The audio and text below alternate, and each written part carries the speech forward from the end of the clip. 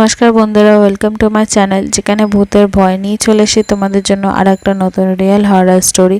তোমাদের স্টোরিগুলো পছন্দ হয়ে থাকলে আমাদের চ্যানেলটা সাবস্ক্রাইব করো, পাশে থাকা বেল আইকনটি বাজিয়ে দিও আমাদের ভিডিও নোটিফিকেশন সবার আগে পাওয়ার জন্য। আর অবশ্যই করে লাইক করো, কমেন্ট করে জানিয়ে তোমাদের স্টোরিগুলো কেমন লাগছে। তোমাদের পছন্দ হয়ে থাকলে নিজের বন্ধুদের মাঝখানে অনেক অনেক করে শেয়ার করো। তোমাদের সাথেও যদি কোনো রিয়েল হরর এক্সপিরিয়েন্স হয়ে থাকে তো সেটা আমাদের সাথে শেয়ার করতে পারো। ইনস্টাগ্রামের লিঙ্ক নিচে ডিসক্রিপশনে দেওয়া আছে, সেখানে এসে আমাদের সাথে কথা বলতে পারো, নিজেদের স্টোরি জানাতে পারো, আমরা তার উপরেও ভিডিও আনবো। আর প্লিজ বন্ধুরা, ইনস্টাগ্রামের লিঙ্ক নিচে দেওয়া আছে, প্লিজ ইনস্টাগ্রামের পেজটা ফলো করে নিও। তাহলে চলো আজকের গল্প শুরু করা যাক। তারানাথ তান্ত্রিক ও মধু গ্রামের জঙ্গল। মধু গ্রাম এক নির্জন, শান্তিপূর্ণ গ্রাম। দিনের বেলায় গ্রামটা ছিল প্রাকৃতিক সৌন্দর্যে মোড়া, কিন্তু রাত নামলে সেই মধু গ্রাম হয়ে উঠত একেবারে অন্যরকম। স্থানীয় লোকেরা বিশ্বাস করত যে মধু গ্রামের জঙ্গলটা অভিশপ্ত, আর সেই অভিশাপের মূল কারণ ছিল এক তান্ত্রিক, যার নাম ছিল তারানাথ। সে ছিল এক রহস্যময়ী সাধক, যার তন্ত্র সাধনা সম্পর্কে লোককথা ছড়িয়ে পড়েছিল। রাতের বেলা গ্রামের মানুষ ঘুমিয়ে পড়লেও জঙ্গলের গভীর থেকে অদ্ভুত আওয়াজ আসতে শুরু করে। কেউ কখনো জঙ্গলে ঢোকার সাহস করত না, কারণ যারা ঢুকেছে তারা আর কোনো দিন ফিরতে পারেনি। তবে তারানাথ তান্ত্রিকের কথা সকলের মুখে মুখে ছিল। সে জঙ্গলের গভীরে একটি পাথরের মন্দিরে তার গোপন তন্ত্র সাধনা করত, যেখানে তার সঙ্গী ছিল অশরীরী আত্মা ও প্রেতাত্মা।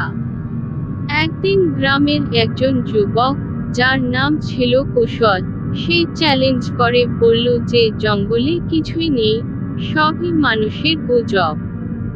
সে প্রমাণ করার জন্য বন্ধুবান্ধবদের নিয়ে জঙ্গলের দিকে রওনা দিল। তারা জঙ্গলের মধ্যে ঢুকে একসময় খুঁজে পেল সেই পুরানো পাথরের মন্দির। মন্দিরের চারপাশে ছড়িয়ে ছিল নানান পুরানো সামগ্রী, হাড়, নরকপাল, আর কিছু অদ্ভুত মন্ত্র লেখা পাথর। কুশল ভেবেছিল যে সবকিছু পুরনো আর ক্ষয়প্রাপ্ত, কোনো ভয়ঙ্কর জিনিস এখানে নেই।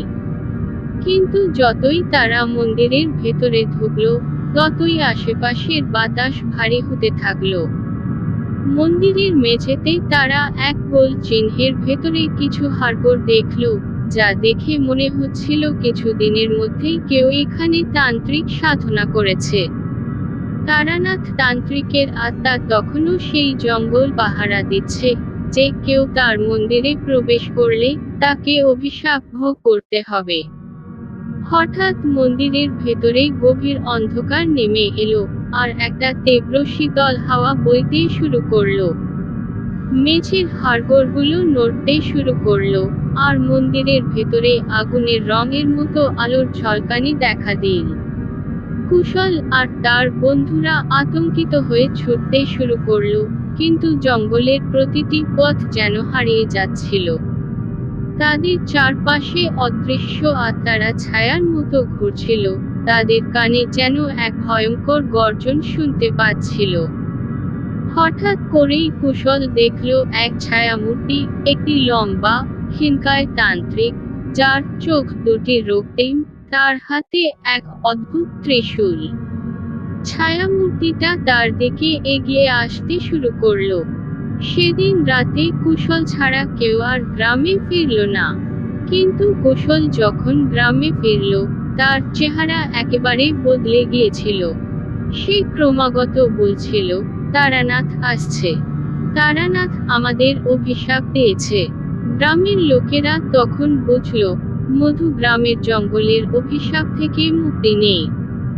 তারানাথ তান্ত্রিকের আত্মা সেখানে চিরকাল থাকবে, আর যে কেউ সেখানে যাবে সে তার অভিশাপ ভোগ করবে। কুশলের জীবনের পরিণতি কি হলো তা আর কেউ জানতে পারল না। তবে 1 বছর পর গ্রামের মানুষেরা তাকে মন্দিরের সামনে মৃত অবস্থায় খুঁজে পেল। তার মুখে জমে থাকা আতঙ্কের ছাপ আজও গ্রামের লোকের মনে ভীতি ছড়ায়। কুশলের মৃত্যুর পর গ্রামে আরো অদ্ভুত ঘটনা ঘটতে শুরু করলো। রাতে গ্রামের অনেক মানুষ অস্বাভাবিক স্বপ্ন দেখছে। তারা সবাই সেই পুরানো মন্দিরের দিকে হাঁটছে, চারপাশে আগুনের আলো ঝলকাচ্ছে, আর মন্দিরের ভেতরে তারানাথ তান্ত্রিক বসে আছে, তাদের ডাকছে। দিনের বেলায় সেই সব মানুষ অনেকটাই স্বাভাবিক থাকলেও রাত হলেই তারা যেন ভিন্ন মানুষে পরিণত হয়। কেউ কেউ জঙ্গলের দিকে অজান্তেই হাঁটতে শুরু করে, পরে তাদের অর্ধেক মূর্ছিত অবস্থায় ফিরিয়ে আনা হয়। এই অবস্থায় গ্রামে ভয়ের বাতাবরণ ছড়িয়ে পড়ে। গ্রামের পুরোহিত হরিহরণ বিষয়টি নিজের হাতে নেবার সিদ্ধান্ত নেন। তিনি বিশ্বাস করতেন তারানাথের আত্মা কেবল তন্ত্র সাধনার মাধ্যমে মুক্তি পেতে পারে। তিনি গ্রামে থাকা বয়স্ক মানুষদের কাছে শুনেছিলেন যে তারানাথ জীবদ্দশায় খুব শক্তিশালী তান্ত্রিক ছিল, কিন্তু তার সাধনা অসম্পূর্ণ থেকে গিয়েছিল। এই অসম্পূর্ণ সাধনাই তার আত্মাকে অমর করে রেখেছে। হরিহরণ এক রাতে গ্রামের কয়েকজন সাহসী যুবককে নিয়ে সেই অভিশপ্ত জঙ্গলের দিকে রওনা দিলেন। তাদের সঙ্গে ছিল বিভিন্ন তান্ত্রিক পুঁথি, পবিত্র আগুনের দ্বীপ, আর কিছু বিশেষ মন্ত্র যা অভিশপ্ত আত্মাদের শান্ত করতে পারে বলে কথিত।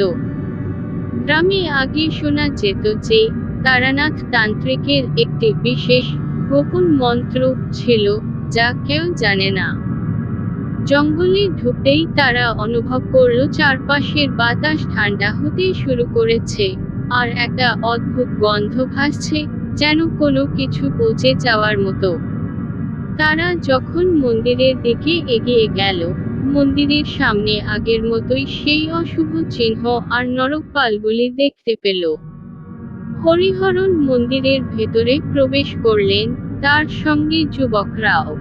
মন্দিরের ভেতরের অন্ধকার এতটাই ঘন হয়ে উঠেছিল যে দ্বীপের আলো কিছুতেই জ্বলছিল না।